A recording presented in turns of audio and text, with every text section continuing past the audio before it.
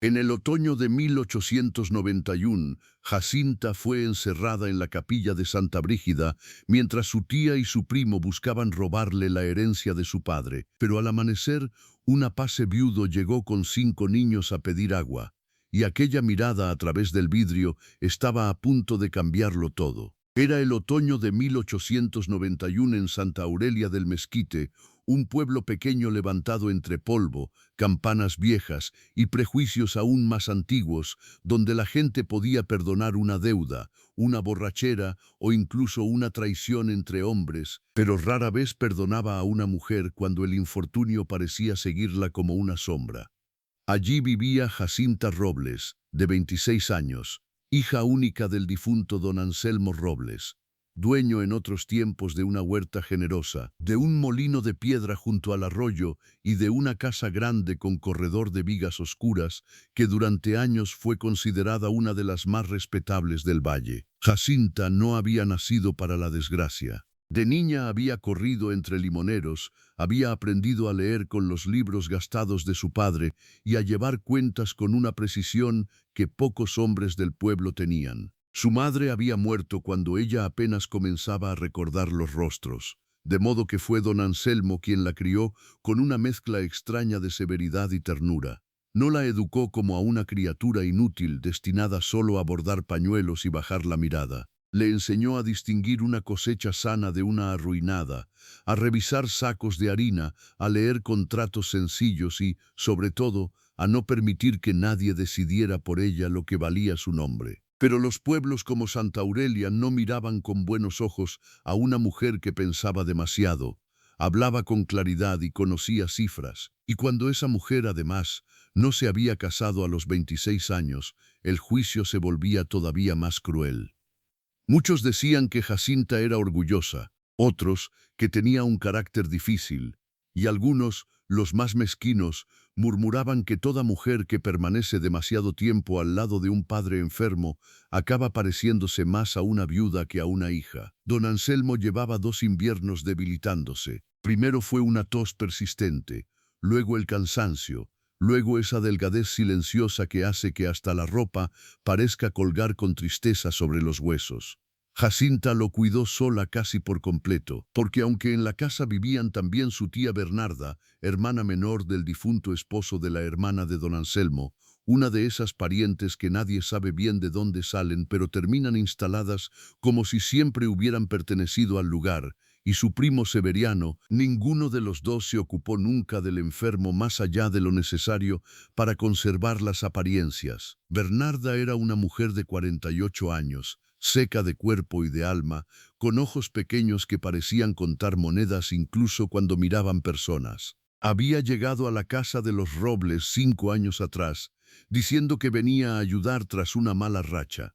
Don Anselmo, que todavía tenía fuerzas entonces y conservaba esa compasión peligrosa de los hombres buenos, le abrió la puerta. Detrás de ella llegó Severiano, su hijo, de 32 años, ancho de hombros, bien peinado, voz suave cuando le convenía y corazón torcido bajo la camisa limpia. En poco tiempo, ambos se volvieron indispensables para la rutina visible de la casa, aunque no para su verdadera alma. Bernarda organizaba la cocina y recibía visitas. Severiano se ofrecía para asuntos del molino y del mercado, y así poco a poco fueron ocupando espacios que no les pertenecían. Jacinta lo veía. Lo veía en la manera en que Severiano revisaba los cajones del escritorio de su padre cuando creía que nadie lo observaba. Lo veía en las preguntas insistentes de Bernarda sobre escrituras, linderos, deudas antiguas y recibos del molino. Lo veía incluso en la dulzura repentina con que ambos trataban a don Anselmo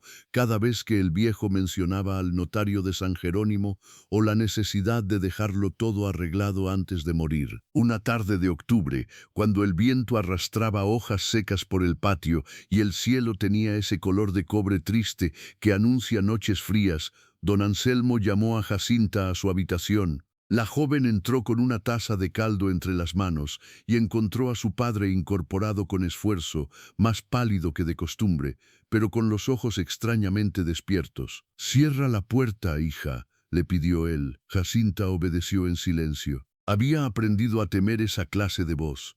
la voz de quien sabe que el tiempo ya no le alcanza para rodeos. Don Anselmo esperó a que ella se acercara.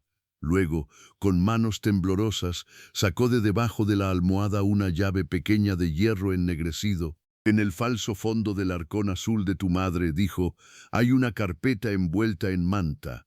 Allí está la copia de mi testamento, el inventario del molino, la huerta y la casa, y una carta para ti. Jacinta sintió que el pecho se le cerraba. No hable así, papá. Escúchame. La tos le interrumpió la frase, pero él insistió. Si algo me ocurre antes de que venga el notario, no entregues nada a nadie. Ni a Bernarda, ni a Severiano. Lo que es tuyo querrán arrancártelo con rezos, con mentiras o con vergüenza.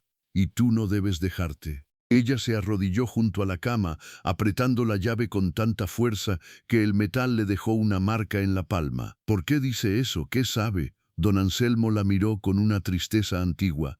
Sé lo suficiente para temerles, y sé también que en este pueblo una mujer sola tiene menos defensas que una puerta sin tranca. Aquellas palabras quedaron flotando en la habitación como un mal presagio. Jacinta quiso preguntar más, pero en ese momento sonaron pasos en el corredor. Bernarda apareció casi de inmediato, sin haber sido llamada, con esa costumbre suya de entrar donde no le correspondía. ¿Interrumpo algo?, preguntó con una sonrisa que no alcanzaba a ser amable. Jacinta se puso de pie de inmediato y escondió la llave dentro de la manga del vestido. Solo le traía el caldo. Bernarda paseó la mirada de uno a otro, midiendo el aire. Tu padre necesita reposo, niña. Las conversaciones largas le hacen daño, niña. A sus 26 años, Bernarda seguía llamándola así cada vez que quería disminuirla. Jacinta no respondió, pero algo dentro de ella sintió un estremecimiento frío, como si el peligro hubiera dejado de ser una sospecha para volverse una presencia sentada a la mesa de su propia casa. 3 días después, don Anselmo murió antes del amanecer. Murió sin escándalo, sin despedidas largas, sin tiempo para que el notario llegara desde San Jerónimo. Jacinta fue quien lo encontró con el rostro sereno y las manos inmóviles sobre la manta. Durante un instante no lloró, se quedó de pie junto a la cama, sintiendo que el mundo entero había dado un paso atrás y la había dejado sola en mitad de un cuarto demasiado silencioso. Luego llegó el temblor, después la certeza brutal de que, desde ese momento, no habría nadie entre ella y la avaricia de los otros. El velorio comenzó aquella misma tarde. La casa se llenó de vecinos, de rezos mecánicos, de mujeres vestidas de oscuro que hablaban en susurros y miraban a Jacinta con esa mezcla de compasión y curiosidad que tanto humilla. Bernarda lloró fuerte, demasiado fuerte. Severiano recibió condolencias como si fuera un hijo de la casa, y Jacinta, sentada junto al ataúd, empezó a comprender que incluso el duelo podía serle arrebatado. Lo que ella no sabía era que, mientras las velas ardían junto al cuerpo de su padre, Severiano ya había entrado al despacho y había forzado los cajones del escritorio. No encontró lo que buscaba. Tampoco Bernarda, que esa misma noche revisó el cuarto principal con la calma de una ladrona acostumbrada a disfrazar el robo de necesidad familiar. Y cuando ambos comprendieron que los papeles importantes no estaban donde esperaban, algo cambió en sus miradas. A la mañana siguiente, antes de que el entierro terminara, comenzó a correr un murmullo en el pueblo. Primero fue una frase suelta en la panadería, luego una insinuación en la plaza, después una versión más completa acerca del pozo, que Jacinta había discutido con su padre por la herencia, que el viejo había muerto intranquilo, que en la casa habían aparecido símbolos extraños bajo la cama, que una mujer demasiado cercana a los libros y demasiado lejana al matrimonio siempre termina aprendiendo cosas que no debe. En Santa Aurelia bastaba poco para fabricar una condena, una gallina muerta, una fiebre infantil, una tormenta fuera de estación. Todo podía convertirse en prueba si el pueblo necesitaba una culpable, y aquella semana ocurrieron demasiadas desgracias juntas. Se secó de pronto el pozo menor de los Salvatierra. Un niño del barrio alto cayó enfermo de convulsiones. 2 mulas aparecieron muertas cerca del camino del molino. Nadie buscó causas reales. Era más fácil unir los puntos con superstición que con razón. Al 4.º día de duelo, El padre Matías llegó a la casa acompañado por Bernarda, Severiano y dos mujeres del Rosario Perpetuo. El sacerdote era un hombre mayor, de barba rala y manos amarillentas, no cruel por naturaleza, pero demasiado débil frente al miedo colectivo. Miró a Jacinta con incomodidad antes de hablar. «Oh, hija, han surgido preocupaciones graves en el pueblo». Jacinta, de pie en el corredor, todavía vestida de luto, lo observó sin parpadear. «¿Preocupaciones o chismes?» Bernarda soltó un pequeño suspiro ofendido. Severiano bajó la cabeza fingiendo pesar. «No es momento de soberbia», murmuró él. «La gente está alterada. La gente siempre está alterada cuando le conviene a alguien», respondió Jacinta. El padre Matías carraspeó. «Se ha pedido, por paz y prudencia, que permanezcas unos días en recogimiento en la capilla de Santa Brígida, solo hasta que se calme el ánimo de todos». Jacinta tardó unos segundos en entender la magnitud de lo que escuchaba. «¿Me están encerrando?» «Nadie habla de encierro», dijo Bernarda con dulzura venenosa. «Piensa en ello como una protección para ti y para el pueblo». Aquella fue la primera vez que Jacinta sintió verdadero miedo. No por los rezos, ni por la capilla, ni siquiera por la humillación pública, sino porque comprendió que la superstición estaba siendo usada como herramienta, y detrás de esa herramienta había una mano concreta, una mano interesada, una mano que buscaba ganar tiempo para encontrar lo que don Anselmo había escondido. Pero todavía no sabía hasta dónde llegaría la crueldad de quienes la rodeaban. Y mientras en Santa Aurelia comenzaban a llamarla, en voz baja, la mujer maldita, a varias leguas del pueblo, por el camino de los mezquites, un hombre apace avanzaba con 5 niños a su cargo, sin imaginar que su destino y el de Jacinta estaban a punto de cruzarse de una manera que cambiaría para siempre la verdad enterrada bajo aquella herencia. La capilla de Santa Brígida estaba a 1 kilómetro del pueblo, en una loma seca donde el viento parecía llegar siempre más frío que en cualquier otra parte del valle. No era un convento ni un verdadero lugar de retiro, aunque así lo llamaran para tranquilizar conciencias. Era una construcción antigua de piedra gris, con un campanario pequeño, una puerta de madera hinchada por la humedad de otros años y 2 cuartos traseros donde, en tiempos de epidemia, habían aislado enfermos y moribundos. Aquel fue el sitio que eligieron para proteger a Jacinta. La llevaron al atardecer del mismo día, sin cadenas ni violencia abierta, porque la gente cruel prefiere casi siempre las formas limpias, cuando puede disfrazar de obediencia lo que en realidad es expulsión. El padre Matías caminó delante, murmurando oraciones que parecían más dirigidas a su propia culpa que al cielo.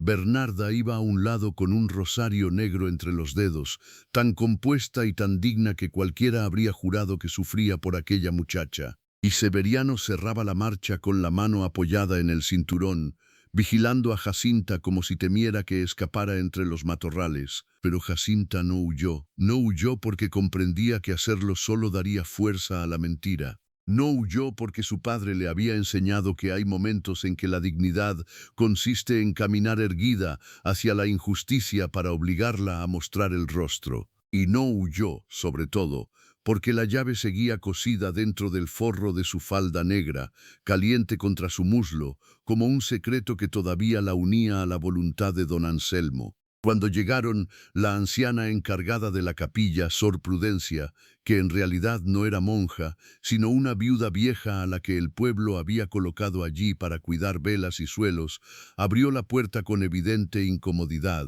Tenía los ojos rojizos, las manos nudosas y una manera de mirar a Jacinta que no era de desprecio, sino de miedo ajeno. «Aquí estará tranquila unos días», dijo el padre Matías, sin sostenerle mucho la mirada. Jacinta cruzó el umbral en silencio. El cuarto que le asignaron tenía una cama angosta, una mesa coja y una ventana tan pequeña que apenas dejaba entrar la luz del crepúsculo. Olía a cera vieja, a yeso húmedo y a abandono.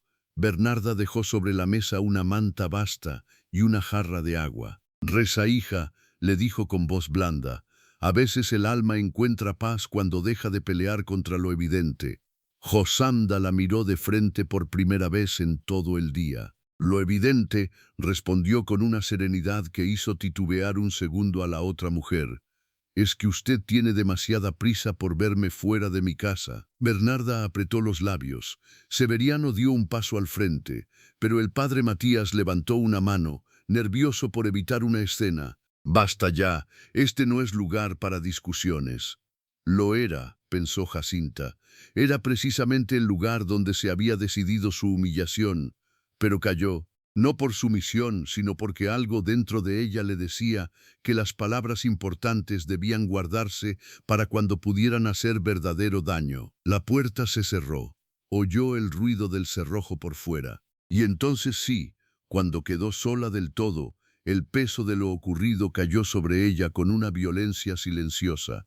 Se sentó en el borde de la cama, llevó ambas manos al rostro y por primera vez desde la muerte de su padre dejó que el llanto saliera sin testigos. No lloró como lloran los débiles, lloró como lloran quienes han sido despojados demasiado rápido, con rabia, con incredulidad, con esa sensación terrible de que el mundo conocido se ha vuelto ajeno en cuestión de días. Afuera, el viento golpeaba la pared norte de la capilla. Dentro, la oscuridad subía poco a poco por los rincones. Lo que Jacinta no sabía era que, en ese mismo momento, Severiano ya había vuelto a la casa de los Robles con una determinación nueva. No encontrar los papeles lo había enfurecido, y cuando un hombre ambicioso se ve frustrado, suele volverse menos cuidadoso y más peligroso.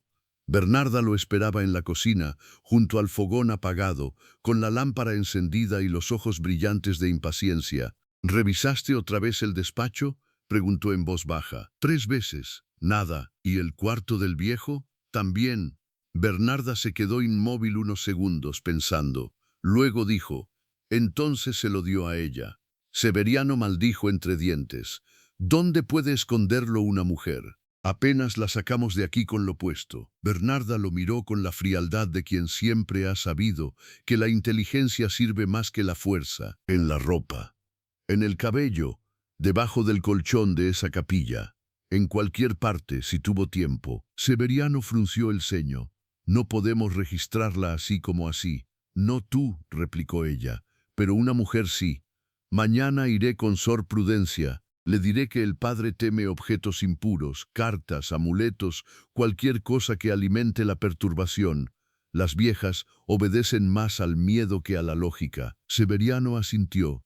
Luego se acercó a la mesa donde aún quedaban las cuentas viejas del molino y las golpeó con los nudillos. Necesitamos esos papeles antes de que llegue el notario. Llegará en 2 o 3 días, si es que alguien lo mandó llamar de verdad, dijo Bernarda. Y para entonces Jacinta debe parecer tan alterada, tan sospechosa, tan apartada de la razón, que nadie quiera escuchar su versión. Aquella decisión tomada en la cocina donde Jacinta había servido pan durante años fue el verdadero comienzo de la guerra contra ella.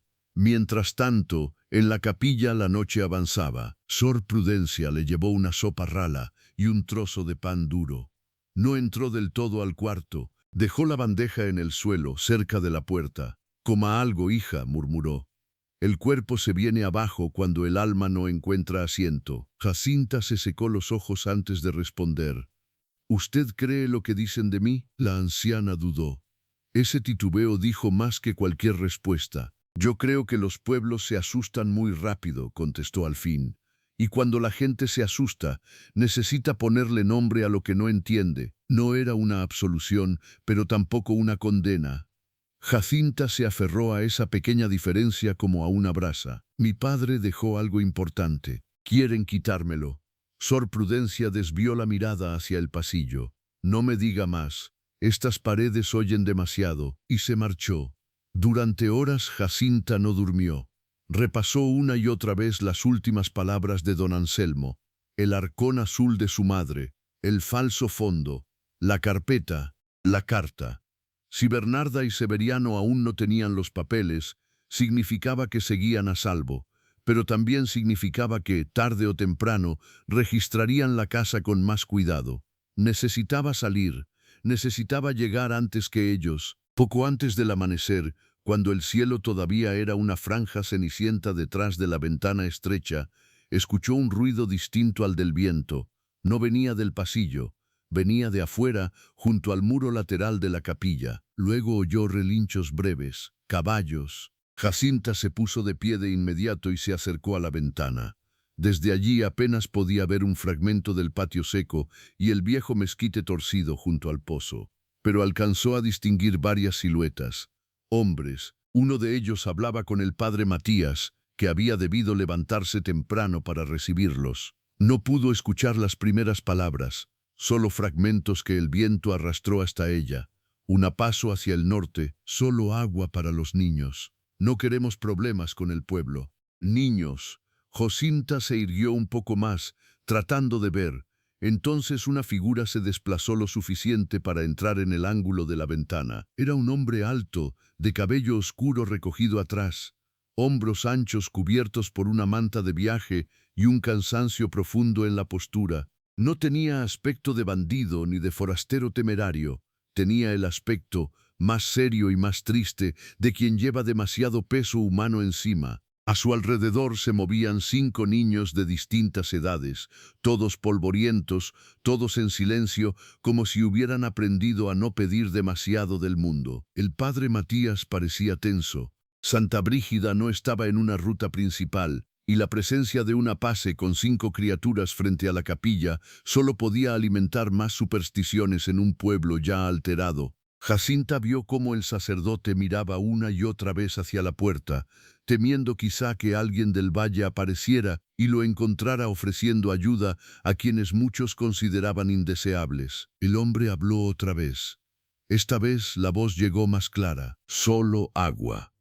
Y si tiene pan viejo, lo pagaremos. Pagaremos. No pedía, no suplicaba, tampoco amenazaba. Aquello sorprendió a Jacinta más de lo que habría querido admitir. El más pequeño de los niños, una niña de no más de 4 años, tropezó junto al pozo y se aferró al pantalón del hombre. Él se inclinó de inmediato, le acomodó la manta sobre los hombros y le dijo algo muy bajo que Jacinta no alcanzó a entender.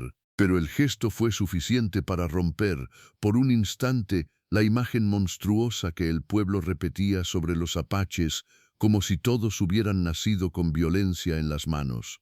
Lo que ella todavía no sabía era quién era aquel hombre. No sabía que se llamaba Elías Nahuén. No sabía que era viudo desde hacía 3 años. No sabía que de los 5 niños, solo 2 eran suyos y los otros 3 habían quedado bajo su protección después de una epidemia en un asentamiento cercano. No sabía que venía del Cañón del Fresno y que llevaba semanas buscando un lugar donde establecerse antes del invierno. Y mucho menos sabía que Bernarda, al enterarse de su presencia en la capilla, encontraría en él la herramienta perfecta para arruinarla todavía más. Porque a veces la desgracia no llega como una sola ola, sino como varias que se empujan unas a otras hasta dejar a una persona sin suelo. El padre Matías terminó cediendo. Sor Prudencia sacó 2 cubos de agua y un pedazo grande de pan moreno. Los niños comieron con esa mezcla de hambre y educación silenciosa que solo tienen quienes han aprendido a agradecer incluso lo insuficiente. El hombre dejó unas monedas sobre el brocal del pozo. El sacerdote quiso negarse, pero él insistió. Lo justo, dijo. Entonces ocurrió algo pequeño, casi insignificante para cualquiera menos para Jacinta. La niña más pequeña, la que se había aferrado a él, alzó la vista hacia la ventana del cuarto donde ella estaba. Tal vez vio movimiento tras el vidrio, tal vez solo sintió una presencia, señaló con su dedito y preguntó algo. El hombre siguió la dirección de aquella mano, y por un segundo, sus ojos y los de Jacinta se encontraron a través del cristal empañado. No fue una mirada larga, ni dulce, ni siquiera tranquila. Fue una mirada de reconocimiento entre 2 cansancios distintos. Él vio a una mujer vestida de luto, demasiado pálida para ser una simple devota en retiro. Ella vio a un hombre fatigado, rodeado de niños, cuya dureza no estaba en los ojos, sino en la necesidad de mantenerse firme. Luego el padre Matías se interpuso, quizás sin darse cuenta, y el momento se rompió, pero algo quedó vibrando en Jacinta, algo extraño. No confianza todavía, no esperanza, solo la sensación de que el verdadero peligro no siempre estaba donde el pueblo señalaba. Y mientras Elías Nahuén se disponía a retomar el camino con sus 5 niños, Bernarda subía ya la colina hacia la capilla con una idea cruel creciendo en el pecho, porque acababa de enterarse de que una pase había estado allí al amanecer, y en su mente torcida aquello podía convertirse en la prueba perfecta para terminar de hundir a Jacinta ante Santa Aurelia. Bernarda llegó a la capilla cuando el polvo de los caballos todavía no se asentaba del todo sobre el camino. Subía con el paso corto pero firme de las mujeres que han aprendido a disfrazar la prisa de compostura, sosteniendo el rosario entre los dedos como si la devoción pudiera limpiar la intención que llevaba dentro. Apenas vio al padre Matías en el patio, comprendió por su expresión nerviosa que los forasteros habían estado allí de verdad. ¿Quiénes eran?, preguntó sin saludo previo. El sacerdote se acomodó la estola sobre el pecho, incómodo. Solo gente de paso. Venían con niños, tenían sed. Bernarda entrecerró los ojos. Dicen en el pueblo que era una pase, y aunque lo fuera, también era un hombre con criaturas hambrientas. Aquella respuesta, más digna de lo habitual en el sacerdote, no la hizo retroceder. Al contrario, la hizo medir mejor el terreno. Padre, con todo respeto, esta capilla resguarda a una joven sobre la que ya pesan demasiadas habladurías. Si ahora la gente empieza a decir que recibe visitas de apaches al amanecer, usted mismo comprenderá lo que eso parecerá. El padre Matías tardó unos segundos en responder. En ese silencio breve, Bernarda supo que había tocado la fibra correcta. No la justicia, sino el miedo. Nadie la ha visitado, dijo él al fin, pero ya sin convicción. Solo pidieron agua y siguieron camino. ¿Y Jacinta los vio? El sacerdote no respondió. No hacía falta. Bernarda bajó la cabeza, como si una pena profunda la obligara a hablar con cautela. Entonces debemos ser más prudentes todavía. La muchacha está turbada. Usted sabe lo alterada que estaba tras la muerte de mi pobre cuñado. Si empieza a inventar cosas o a decir que esos hombres vinieron por ella, el escándalo será peor.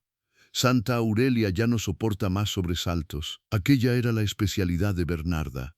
No imponer, sino sugerir la crueldad como si fuera una medida razonable. El padre Matías se pasó una mano por la barba rala y miró hacia la puerta del cuarto donde Jacinta seguía encerrada. ¿Qué propone? Bernarda dejó escapar un suspiro grave. Que se revise su cuarto, sus pertenencias, cualquier papel, cualquier objeto extraño, cualquier carta. No por maldad, padre, por paz. Si no hay nada, todos respiraremos tranquilos. Y así, con esa frase limpia y venenosa, obtuvo permiso para hacer lo que Severiano había planeado la noche anterior. Sor Prudencia fue llamada como testigo. La anciana llegó al pasillo secándose las manos en el delantal, ya adivinando que aquello no podía traer nada bueno. Bernarda habló con suavidad delante de ella, como si no quisiera herir a nadie. Solo será un momento. La pobre Jacinta necesita liberarse de todo lo que pueda estar atándola a pensamientos oscuros. Cuando abrieron la puerta, Jacinta estaba de pie junto a la ventana. Había escuchado voces y había entendido demasiado bien lo que venía. Miró primero al sacerdote, luego a Bernarda, luego a Sor Prudencia. En esa breve secuencia comprendió que la justicia no estaba en ninguno de los 3 rostros. ¿Qué van a hacer?, preguntó. Bernarda dio un paso adentro. Nada que deba preocuparte, hija. Solo revisar que no conserves objetos inconvenientes. ¿Objetos inconvenientes?, repitió Jacinta incrédula. ¿Ahora también temen mis pañuelos? El padre Matías evitó mirarla. Es un trámite necesario. No, dijo ella, y aquella sola sílaba sonó más firme de lo que nadie esperaba. No tienen derecho. Bernarda sonrió con una paciencia casi maternal. Perdiste ese derecho cuando el pueblo empezó a temer por su paz. Jacinta sintió que algo ardía dentro de ella. No era solo rabia, era la certeza humillante de que la estaban despojando por capas, primero de su casa, luego de su nombre, ahora incluso de la intimidad más pobre. Sor Prudencia fue quien se acercó primero a la pequeña mesa. Tocó la manta, levantó la jarra, miró debajo de la cama. Sus manos temblaban levemente. Bernarda, en cambio, se movía con decisión. Abrió el jatillo de ropa negra, revisó costuras, palpó dobladillos, examinó hasta el cepillo de cabello como si esperara encontrar allí un pacto con el demonio o una escritura escondida. Lo que Jacinta no había previsto era aquello. La llave seguía cosida dentro del forro de su falda. Cuando Bernarda tomó la prenda y pasó los dedos por la costura interior, Jacinta sintió que la sangre dejaba de circularle por un instante. Dio un paso adelante. No toque eso. Bernarda levantó la vista. En sus ojos apareció un destello de triunfo tan rápido que casi nadie más lo habría notado. ¿Por qué no? ¿Qué escondes aquí? No esperó respuesta. Tiró de la tela con brusquedad. La costura cedió un poco. Un pequeño sonido metálico cayó sobre el suelo de piedra. La llave. El silencio que siguió fue más duro que un grito. Jacinta cerró los ojos un segundo. Solo uno. El suficiente para entender que lo peor acababa de ocurrir. Bernarda se agachó despacio y recogió la llave entre dos dedos. Vaya, murmuró. ¿Y esto qué es? El padre Matías, que hasta entonces había querido creer que todo se trataba de excesos piadosos, palideció al ver el objeto. Jacinta, ella alzó la cabeza. Ya no tenía sentido mentir. Es de mi padre. Bernarda soltó una risita breve, apenas un soplo. ¿De verdad? Qué curioso que la ocultaras cosida en la ropa, porque sabía que usted me robaría hasta el luto si pudiera. La frase cayó como una bofetada limpia. Sor Prudencia bajó los ojos. El padre Matías se removió, incómodo. Bernarda, en cambio, no perdió la compostura. Padre, creo que ahora entiende por qué insistí. Jacinta dio un paso más y extendió la mano. Devuélvamela. No. La negativa fue seca. Ya no fingía ternura. Esa llave puede abrir cualquier cosa. Un arcón, un cajón, una caja con papeles que quizá no te pertenecen. Me pertenecen más a mí que a su hijo y a usted. El padre Matías intentó intervenir. Basta. Nadie va a decidir esto aquí. La llave quedará bajo resguardo hasta que llegue el notario. Pero Bernarda no pensaba soltarla tan fácilmente. Miró al sacerdote con una mezcla de sorpresa y molestia. Padre, no puede dejar algo así en manos de una joven alterada, y tampoco en las suyas, respondió él, quizá avergonzado de sí mismo por primera vez en días. Aquella respuesta salvó a Jacinta de un desastre mayor, aunque no de la pérdida. El sacerdote tomó la llave y la guardó dentro de una bolsita de cuero que llevaba al cinto. Jacinta sintió un dolor seco en el pecho.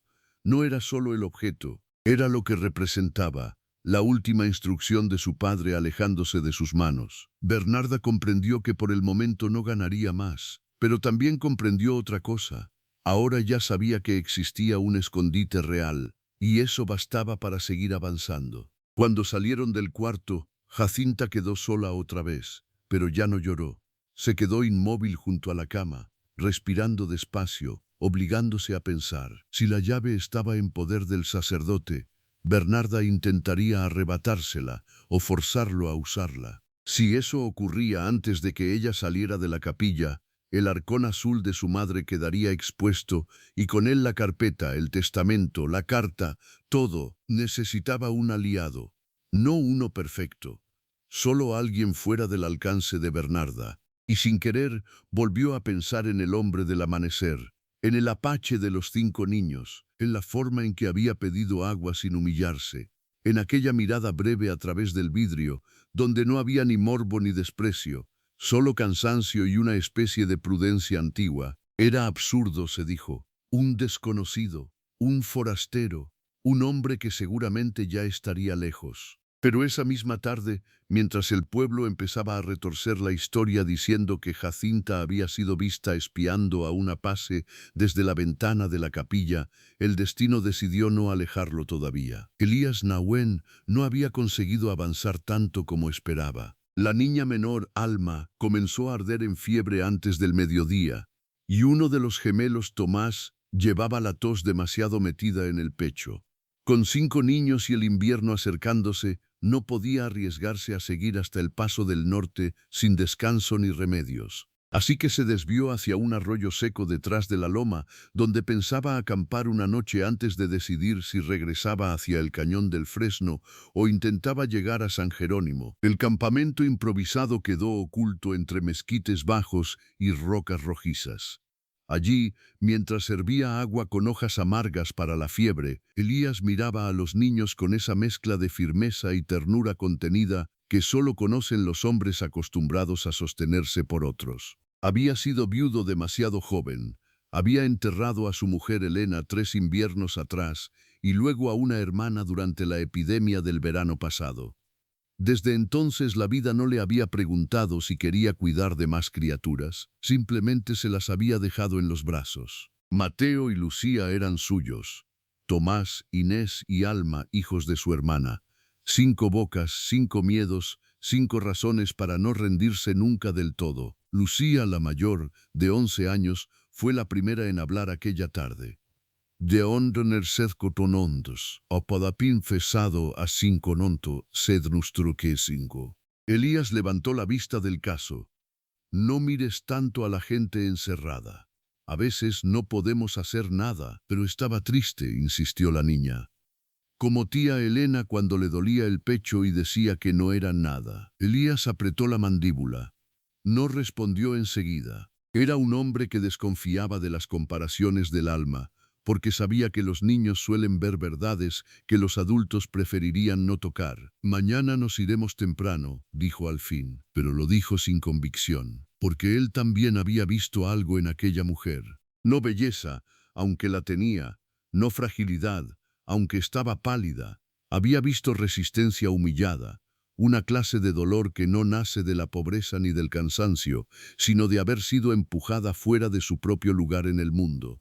Y mientras trataba de convencerse de que aquello no le concernía, en la capilla Jacinta escuchaba cómo 2 mujeres del pueblo, apostadas cerca de la entrada, murmuraban lo suficiente para que ella las oyera. Dicen que lo llamó con la mirada.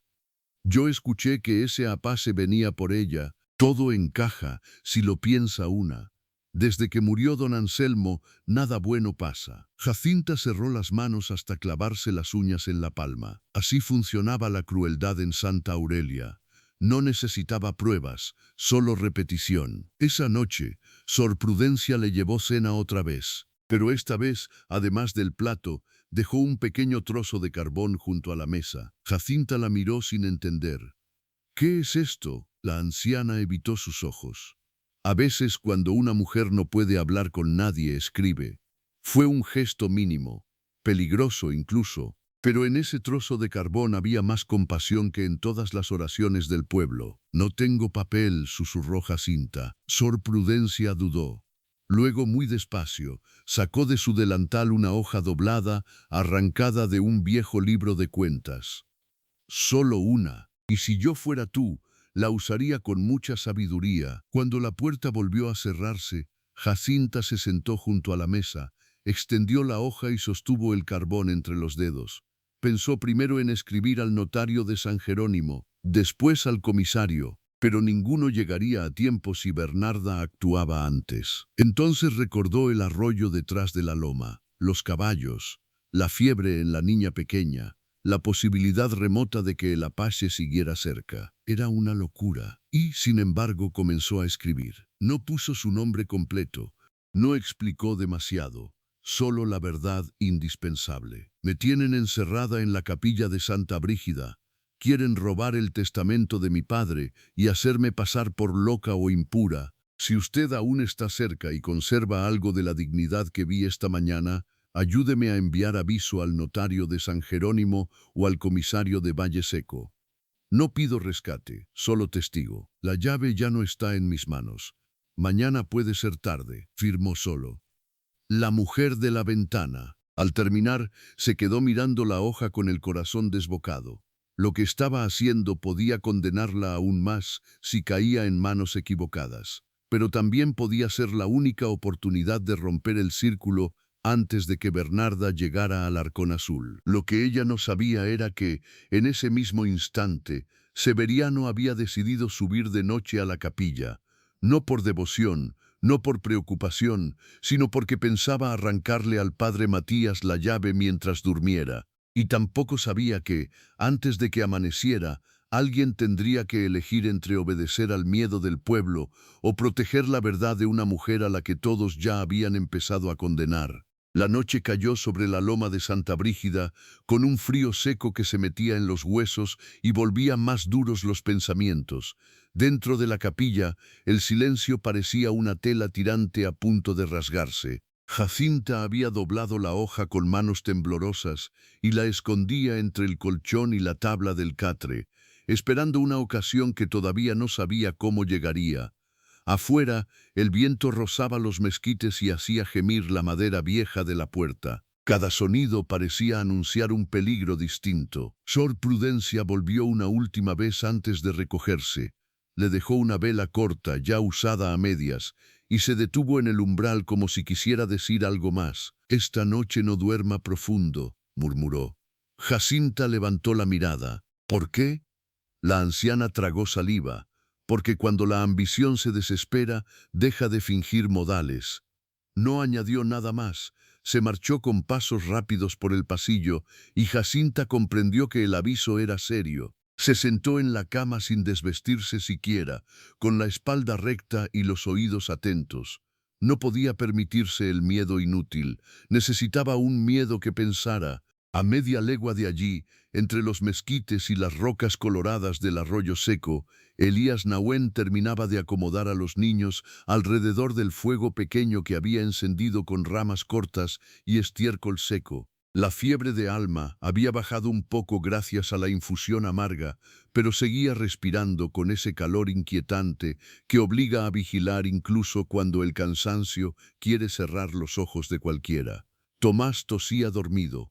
Lucía se había quedado acurrucada con Inés bajo la misma manta. Mateo, el más terco de los 5, fingía no tener sueño para parecer mayor de sus 9 años. Elías revisó otra vez las cinchas de los caballos, miró el cielo y calculó que el amanecer tardaría aún varias horas. Lo sensato habría sido partir antes de que el pueblo despertara. Lo sensato también habría sido no pensar más en la mujer de la ventana. Pero había algo en aquella imagen que regresaba una y otra vez: el luto demasiado reciente, la palidez, la quietud forzada, la forma en que se había quedado detrás del vidrio no como una penitente, sino como alguien puesto allí contra su voluntad. Lucía, que no dormía del todo, abrió los ojos y lo observó. «Papá, ¿qué pasa? ¿No te has quedado tranquilo?» Elías dejó escapar un suspiro breve. Los niños que han sufrido aprenden a leer los silencios con una precisión que a veces hiere. «No es asunto nuestro». Lucía tardó un momento en responder. «Cuando mamá vivía, tú decías eso antes de hacer algo que sí era asunto tuyo». Aquella frase lo golpeó con la dulzura cruel de los recuerdos verdaderos. Elena también había sabido reconocerle esa lucha interna entre la prudencia y la compasión. Elías se pasó una mano por la nuca y miró hacia la loma, invisible en la oscuridad. «Duerme, hija», pero ya no pudo engañarse, no estaba en paz. De vuelta en la capilla, cerca de la medianoche, Jacinta escuchó el primer ruido extraño. No venía del pasillo interior, sino del costado del edificio junto a la sacristía. Un roce, luego otro, después el leve crujido de una bota sobre grava suelta. Se puso de pie de inmediato y apagó la vela con los dedos húmedos. El cuarto quedó en sombras, salvo por la línea pálida de luna que entraba por la ventana alta. El siguiente sonido fue más claro. Una puerta empujada con cautela. Jacinta se acercó al muro y contuvo la respiración. Oía murmullos, 2 voces de hombre, una más baja, tensa, la otra, reconocible incluso a través de la pared. «Severiano, le digo que no quiero escándalo», susurraba el padre Matías, nervioso. «Y yo le digo que solo necesito ver la llave», respondió Severiano.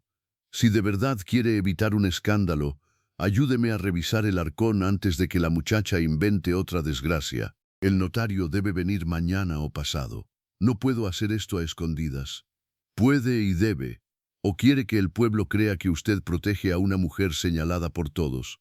Ya bastante se murmura porque una paz se vino a verla». Jacinta apretó los dientes con tanta fuerza que le dolió la mandíbula. Así que Bernarda había actuado rápido. Ya estaban usando aquella visita casual como un lazo más para asfixiarla. El sacerdote murmuró algo ininteligible. Severiano dio un paso más. Jacinta lo supo por la vibración del suelo de piedra. Escúcheme bien, padre. Esa llave abre algo que mi madre y yo tenemos derecho a revisar. Don Anselmo estaba enfermo, muy enfermo. Nadie puede asegurar lo que firmó en sus últimos días, ni bajo qué influencias. No hable así de un muerto. Hablo como quien cuida a su familia. Mentía con una serenidad repugnante. Y lo peor era que aquella clase de mentira, dicha en voz baja y con camisa limpia, suele parecer respetable. Jacinta entendió entonces que ya no bastaba con esperar. Si Severiano lograba doblegar al sacerdote, en pocas horas todo estaría perdido. Miró hacia la ventana. Era estrecha, demasiado alta para salir por ella, pero no para otra cosa. Buscó a tientas la manta, la desgarró en silencio con uñas y dientes hasta sacar una tira larga. Luego rescató la hoja doblada del colchón, la ató al pedazo de tela y con paciencia frenética improvisó un pequeño peso usando el candelero de lata vacío. No sabía a quién lanzaría aquello, no sabía siquiera si alguien podía estar cerca, pero el impulso de quedarse inmóvil se había roto. Afuera, la conversación subía de tono, aunque todavía en susurros violentos. «No me obligue», dijo Severiano. «Me está amenazando en una capilla. Le estoy recordando que los pueblos son ingratos con los sacerdotes que se equivocan de bando». Aquella frase terminó de desnudarlo. Ya no fingía devoción, solo cálculo. Jacinta, con manos heladas, subió a la mesa, luego al catre, y desde allí logró alcanzar la ventana. Empujó el pequeño postigo de madera lo justo para abrir una rendija. Entró un hilo de aire cortante. Abajo, en la oscuridad del lado norte, no se veía nada, solo mezquites, piedra y noche. Jacinta cerró los ojos un instante. «Dios mío», susurró, no como súplica, sino como último testigo, «que esto le llegue a alguien». Y dejó caer el improvisado bulto hacia el exterior. No oyó dónde cayó, solo el golpe sordo contra tierra o maleza. Podía haber quedado a 1 metro de la pared o perderse para siempre entre las piedras. No importaba, ya estaba hecho. Entonces sonó un golpe mucho más fuerte desde el pasillo. «Jacinta», llamó el padre Matías agitado. «¿Estás despierta?» Ella bajó de inmediato, escondió los restos de tela y se apartó de la ventana. «Sí, abre. La puerta está cerrada por fuera». Hubo un breve silencio, luego el chirrido del cerrojo. La puerta se abrió apenas. El sacerdote apareció con el rostro descompuesto. Detrás de él, a varios pasos, Severiano fingía una calma insultante. «Voy a hacerte unas preguntas», dijo el padre. Jacinta sostuvo su mirada. «¿A estas horas? ¿Con él detrás?» «Responde solo lo que te pregunte. ¿Qué esconde esa llave?» «La voluntad de mi padre». Severiano soltó una risa suave. «O la prueba de que manipuló a un moribundo».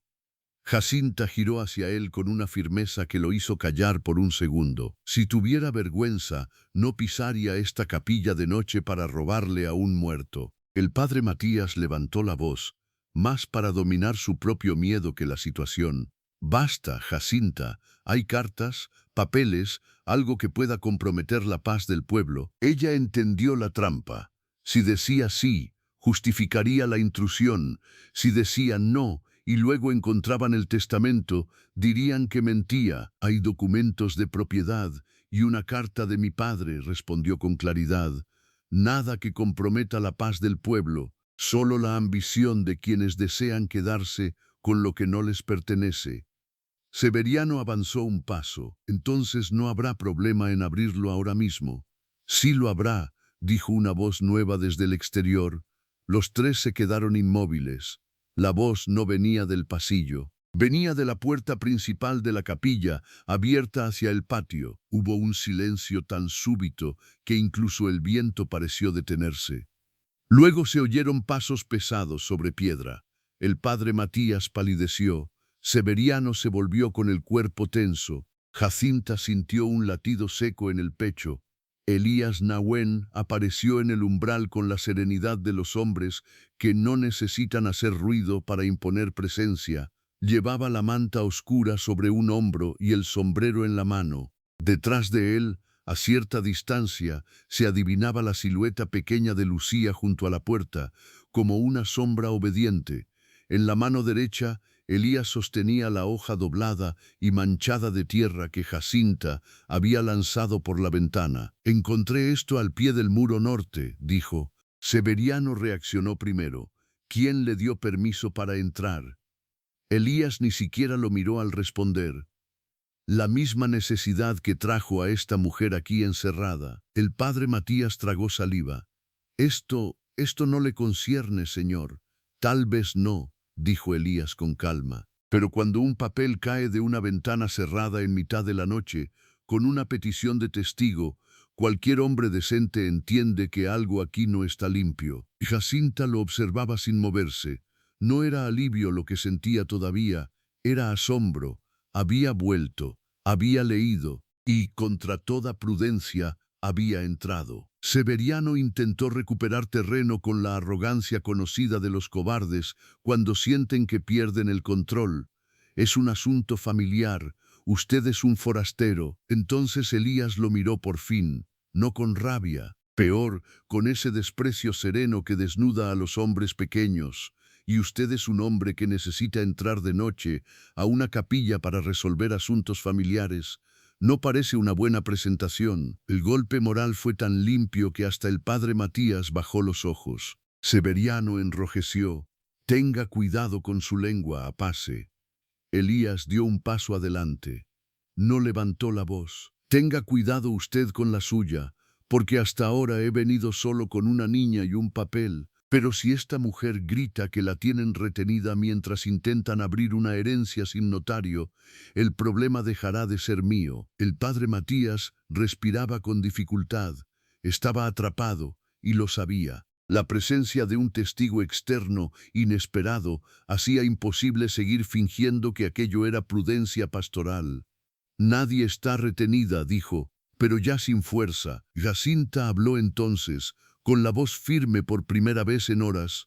Sí lo estoy, y exijo que mañana, al amanecer, se llame al notario de San Jerónimo y al comisario de Valle Seco, delante de testigos, delante de este hombre también, si así lo acepta. Severiano abrió la boca para protestar, pero Elías lo interrumpió. Yo aceptaré quedarme hasta que amanezca. Aquella decisión cambió el equilibrio entero de la noche. El sacerdote miró a Severiano. Severiano miró al suelo. Ninguno encontró una salida inmediata. No puede acampar aquí, murmuró el padre. No hace falta, respondió Elías. Me bastará con el patio y la puerta abierta. Lucía seguía detrás, quieta como una llama pequeña. Jacinta reparó entonces en que la niña traía una manta doblada y un frasco de barro. Mi hermana sigue con fiebre, dijo la niña de pronto, mirando al sacerdote con una seriedad impropia de su edad. Mi papá no quería venir, pero yo le dije que la señora de la ventana estaba más sola que nosotros. Aquellas palabras, dichas con inocencia, terminaron de desarmar algo en el ambiente. Sor Prudencia, que había aparecido en el extremo del pasillo sin que nadie la notara, se persignó en silencio. El padre Matías cerró los ojos un instante, como si al fin comprendiera la vergüenza en la que había caído. Está bien, dijo con voz cansada. Nadie tocará la llave ni el arcón esta noche. Al amanecer mandaré a buscar al notario, y también al comisario. Severiano se volvió hacia él con furia contenida. Se arrepentirá. Ya me arrepiento de demasiadas cosas, contestó el sacerdote. Aquella respuesta dejó claro que la noche había cambiado de dueño. Severiano, viendo perdido el momento, retrocedió un paso. Miró a Jacinta con un odio frío que prometía futuras heridas. «Esto no termina aquí». «No», respondió ella. «Mañana empieza de verdad». Él salió sin despedirse. Sus botas resonaron por el pasillo y luego se perdieron en el patio, cuesta abajo hacia el pueblo, donde lo esperaba Bernarda con nuevas intrigas. Pero ya no llevaba la misma ventaja. Elías permaneció donde estaba. No entró más de la cuenta. No se acercó a Jacinta con falsa familiaridad. Solo dobló el papel y se lo tendió. Es suyo. Ella tomó la hoja con dedos que aún temblaban un poco. Pensé que ya estaría lejos. Yo también. No sonrió. No hacía falta. Había algo más sólido que la simpatía entre ambos, el reconocimiento de una prueba compartida. Lucía se adelantó y alzó el pequeño frasco de barro. Trajimos esto para la fiebre, dijo. Pero quizá también sirve para el susto. Sor Prudencia dejó escapar una risa breve, casi olvidada, y por primera vez desde la muerte de don Anselmo, Jacinta sintió que una grieta mínima se abría en la muralla de su desgracia. Lo que ninguno de los presentes sabía era que, mientras Severiano descendía hacia Santa Aurelia con el orgullo herido, Bernarda ya no pensaba solo en la herencia, ahora pensaba en algo peor. Si no podía arrebatarle a Jacinta los papeles en silencio, buscaría destruirla ante todo el valle al amanecer, usando precisamente la presencia del Apache como la prueba definitiva de su deshonra. El amanecer llegó sobre Santa Brígida con una luz pálida, casi enferma, como si hasta el cielo dudara de lo que estaba a punto de presenciar. Nadie durmió realmente aquella noche. Jacinta permaneció sentada junto a la puerta de su cuarto hasta que el primer azul del alba empezó a filtrarse por la ventana alta. Elías se quedó en el patio, apoyado contra el brocal del pozo, con la manta sobre los hombros y la vigilancia tranquila de quien ha pasado demasiadas noches cuidando lo frágil. Lucía dormitó un rato junto a Sor Prudencia, mientras los otros niños esperaban en el campamento oculto entre los mezquites, al cuidado de Mateo, que por una vez obedeció sin protestar. Cuando el padre Matías mandó a un muchacho de la capilla hacia San Jerónimo para buscar al notario y a otro hacia Valle Seco para avisar al comisario, ya era tarde para detener los rumores. Bernarda se había encargado de eso antes incluso de que saliera el sol. A media mañana, la loma comenzó a llenarse de gente. Llegaron primero las mujeres del Rosario, con sus mantillas oscuras y sus ojos ansiosos de escándalo. Después algunos hombres del molino, peones de las tierras vecinas y curiosos que fingían venir a rezar. Más tarde apareció Bernarda, vestida de negro impecable, con el rostro compuesto en una expresión de dolor ofendido. A su lado venía Severiano, más rígido que nunca, y detrás de ellos, como si la escena necesitara todavía más crueldad, llegaron dos vecinas que en otros tiempos habían comido en la mesa de don Anselmo y ahora murmuraban sobre Jacinta como si nunca le hubieran debido una sola cortesía. Mírenla, decían, encerrada y con una pase de guardia. Todo era verdad entonces. Pobre don Anselmo, ni muerto descansa. Jacinta escuchó aquellas frases desde el corredor de la capilla y sintió que cada una intentaba devolverla a la jaula del miedo. Pero ya no era la misma mujer que había entrado allí días atrás, con el dolor todavía fresco y la humillación clavada en la garganta. Algo había cambiado en la noche. No porque el sufrimiento se hubiera ido, sino porque por fin había encontrado un borde firme donde apoyar el alma. Elías, por su parte, no respondió a ninguna provocación. Permaneció en silencio, con la quietud poderosa de los hombres que no necesitan defender su dignidad a gritos. Aquello, en lugar de calmar a la gente, la inquietaba más, porque el verdadero aplomo siempre incomoda a quienes viven del juicio fácil. Poco antes del mediodía llegaron el notario de San Jerónimo, don Leandro Vives, hombre delgado y meticuloso, de barba corta y lentes redondos, y el comisario de Valle Seco, Julián Salcedo, un mestizo de rostro curtido que tenía fama de escuchar antes de condenar. Al ver la cantidad de gente reunida en la loma, ambos comprendieron que no se trataba ya de una simple diligencia de herencia, sino de una batalla por la verdad. El padre Matías los recibió con un cansancio que lo envejecía varios años. «Gracias por venir tan pronto», dijo. El comisario recorrió con la mirada el patio, la multitud, a Bernarda, a Severiano, a Jacinta vestida de luto y al Apache inmóvil junto al pozo. «Aquí ha pasado más de lo que me escribieron», murmuró. «Sí», respondió el sacerdote con amargura, «y buena parte por mi cobardía». Aquellas palabras, dichas delante de testigos, hicieron girar varias cabezas. Bernarda palideció apenas. Severiano tensó la mandíbula. Don Leandro pidió orden. Hizo colocar una mesa en el corredor y exigió que solo hablaran quienes fueran llamados. A su derecha se sentó el comisario, a la izquierda el padre Matías. Sor Prudencia permaneció detrás con las manos cruzadas sobre el delantal. Jacinta fue invitada a tomar asiento frente a ellos. Bernarda quiso colocarse a su lado, pero el notario la detuvo con una sola frase. «Usted hablará cuando corresponda, señora». La primera declaración fue la de Jacinta. Contó la muerte de su padre, contó la llave escondida por orden de don Anselmo, contó el encierro en la capilla bajo pretexto de protección, contó la revisión de sus ropas, la presión nocturna sobre el sacerdote y la intención de abrir el arcón sin notario. No exageró una sola palabra, no hizo falta. La verdad, cuando ha sido oprimida demasiado tiempo, suele salir con una claridad que avergüenza hasta a quienes no participaron en la injusticia. Después habló el padre Matías, y su testimonio terminó de inclinar la balanza. Admitió que había cedido al miedo del pueblo, admitió que permitió el encierro, admitió que Bernarda insistió en registrar el cuarto de Jacinta. Admitió también que Severiano acudió de noche para presionarlo a usar la llave antes de la llegada del notario. Mientras hablaba, la cara de Bernarda se iba endureciendo como una pared agrietada por dentro. Ya no podía fingir compasión, solo quedaba en ella la rabia de quien ve derrumbarse un plan largamente preparado. «Ese hombre miente para salvar su sotana», escupió Severiano. El comisario lo miró con frialdad. «Y usted parece muy dispuesto a hundirse solo». Entonces llegó el momento de abrir el arcón azul. Fueron todos a la casa de los Robles. Nadie quiso quedarse atrás. El pueblo entero parecía arrastrado por una mezcla de morbo y temor, como si presintiera que en aquella habitación no solo se resolvería una herencia, sino también la mentira sobre la que habían levantado sus últimos días de juicio. La casa olía todavía a cera de velorio y ausencia. Jacinta entró primero. Por un instante, al cruzar el corredor, sintió que volvía a escuchar la tos de su padre, sus pasos lentos, el roce de sus manos sobre los libros de cuentas.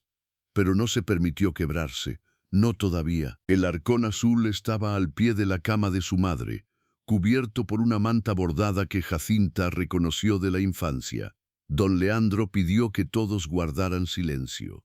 El padre Matías entregó la llave con manos temblorosas. Jacinta la recibió como quien toca la última voluntad de un muerto amado. La cerradura se dio con un chasquido seco. Dentro había ropa antigua, un misal, una caja de costura y, tal como don Anselmo había dicho, un falso fondo de madera fina. El notario lo levantó con cuidado. Debajo apareció la carpeta envuelta en manta. Oíste también una carta sellada con el nombre de Jacinta. «Ois tabors de Zubá». Bernarda dio un paso involuntario hacia adelante. «Ois tabors de Zubá, eso debe revisarse completo», dijo. «Mi cuñado estaba enfermo, cualquiera pudo influirlo». Don Leandro la fulminó con la mirada. «Lo que su cuñado dejó escrito hablará mejor que usted, señora». Abrió primero el testamento. La habitación se quedó inmóvil mientras leía. Don Anselmo declaraba a su hija Jacinta Robles única heredera de la casa, la huerta, el molino y las tierras anexas. Dejaba a Bernarda y a Severiano una suma suficiente para que pudieran establecerse en otro lugar, si así lo deseaban, pero especificaba con claridad que ninguno de los dos había contribuido a la prosperidad del patrimonio y que temía precisamente que intentaran aprovecharse de la vulnerabilidad de su hija tras su muerte.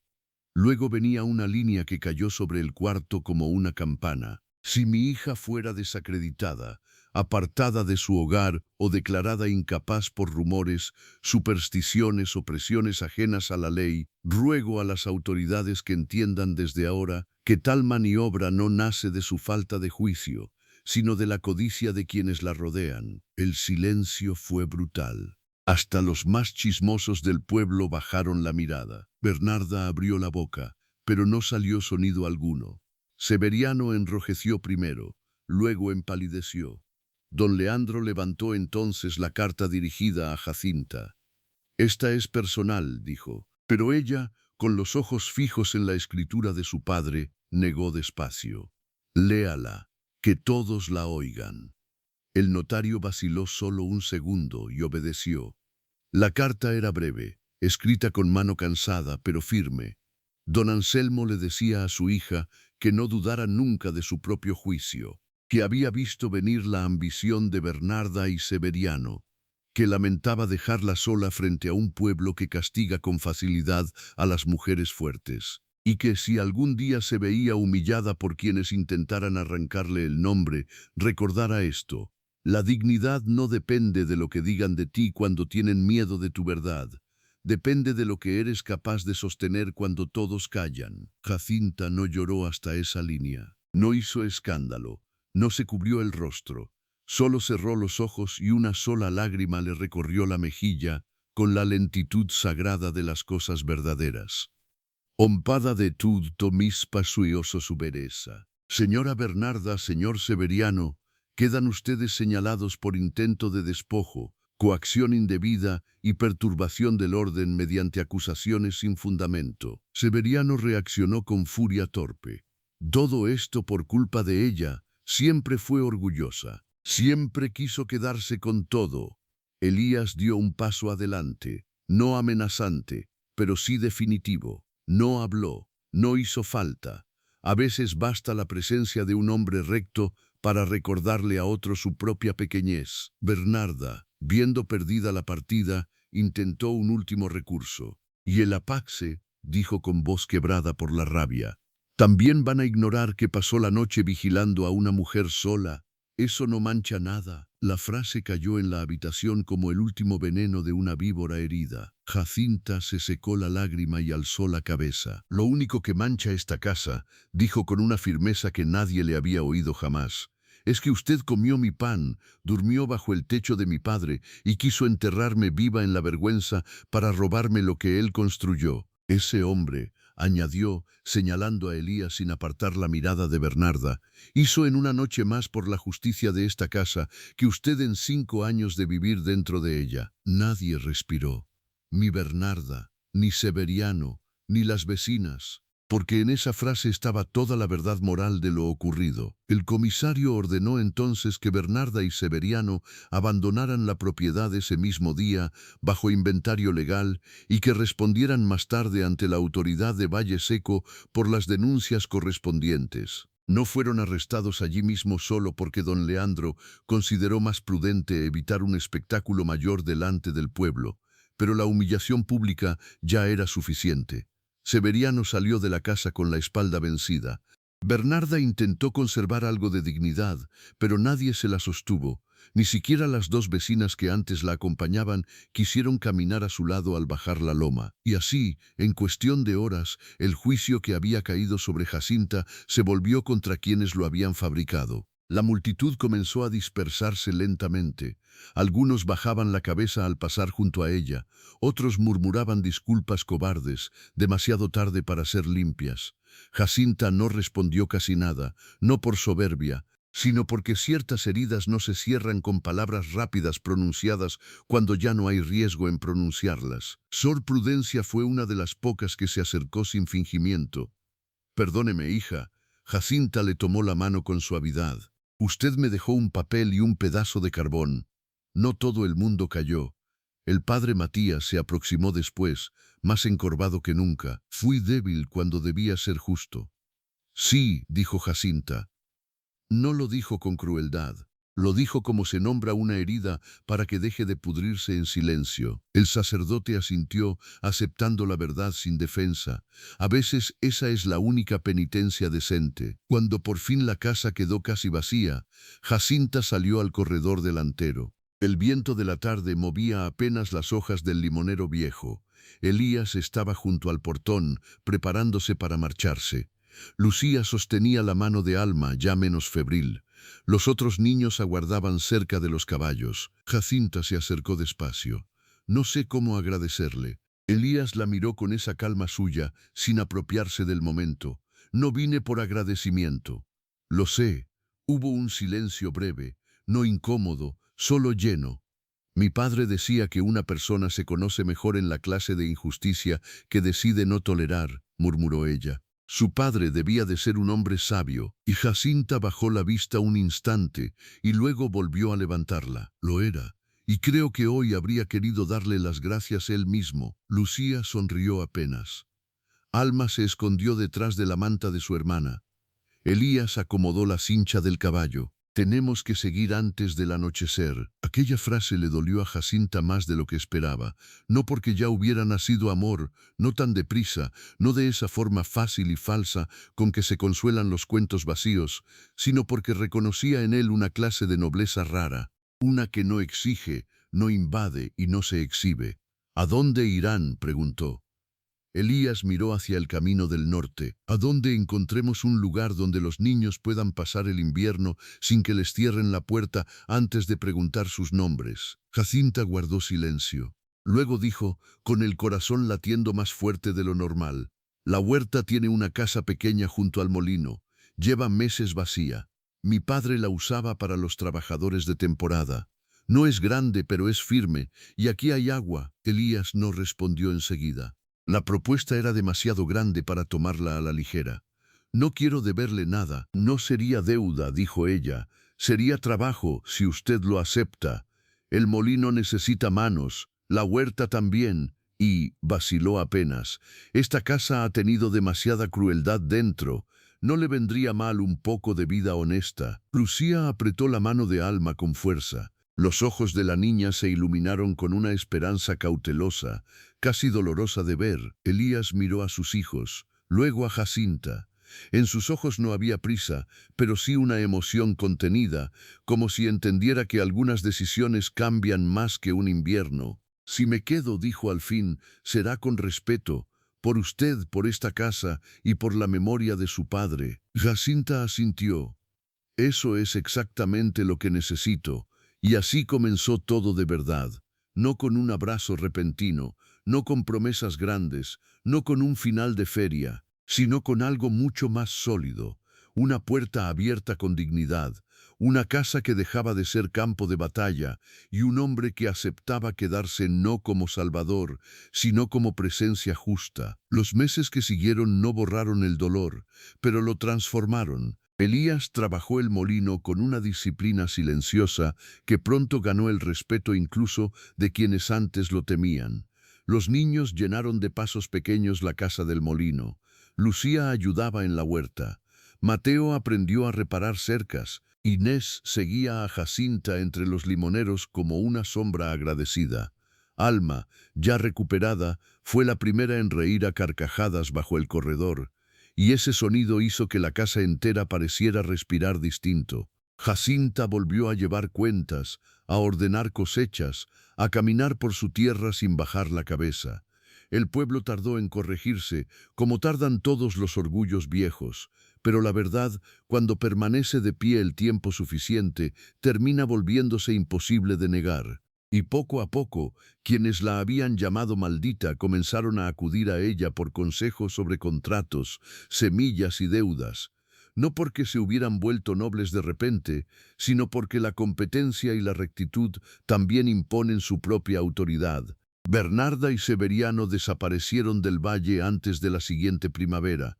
Nadie los lloró, nadie los buscó, y esa fue quizá la forma más exacta de justicia para quienes habían querido construir su fortuna sobre la humillación ajena. En cuanto a Jacinta y Elías, la confianza no nació de golpe, se ganó, con tardes compartidas revisando costales de harina, con silencios tranquilos bajo el limonero, con niños que empezaron a correr de una casa a otra como si siempre hubieran pertenecido allí, con inviernos duros en los que él dejaba leña apilada sin decir palabra y ella encontraba remedios preparados para la tos de los pequeños antes de que nadie tuviera que pedirlos. Y una noche, mucho después, cuando el valle ya había aprendido a callar donde antes juzgaba, Jacinta comprendió que el verdadero hogar no siempre llega como una herencia, a veces llega como una defensa inesperada en la hora más oscura, como una presencia que no te arrebata espacio, sino que lo vuelve seguro, como alguien que, cuando todos dudaron de tu voz, decidió quedarse lo suficiente para escucharla. Esa fue la verdadera victoria, no solo conservar la casa, no solo derrotar la codicia, sino descubrir que la dignidad defendida a tiempo puede convertirse también en semilla de algo más hondo: respeto, alivio, familia y tal vez, con el paso de las estaciones, amor verdadero, porque a veces la vida hiere antes de revelar su misericordia. Y en ello vivía la lección más profunda de la historia de Jacinta Robles, que nadie puede apagar para siempre una verdad nacida para sostenerse en pie, y que cuando un alma herida encuentra por fin un lugar donde no necesita justificarse para existir, ese lugar deja de ser solo una casa, se convierte en hogar,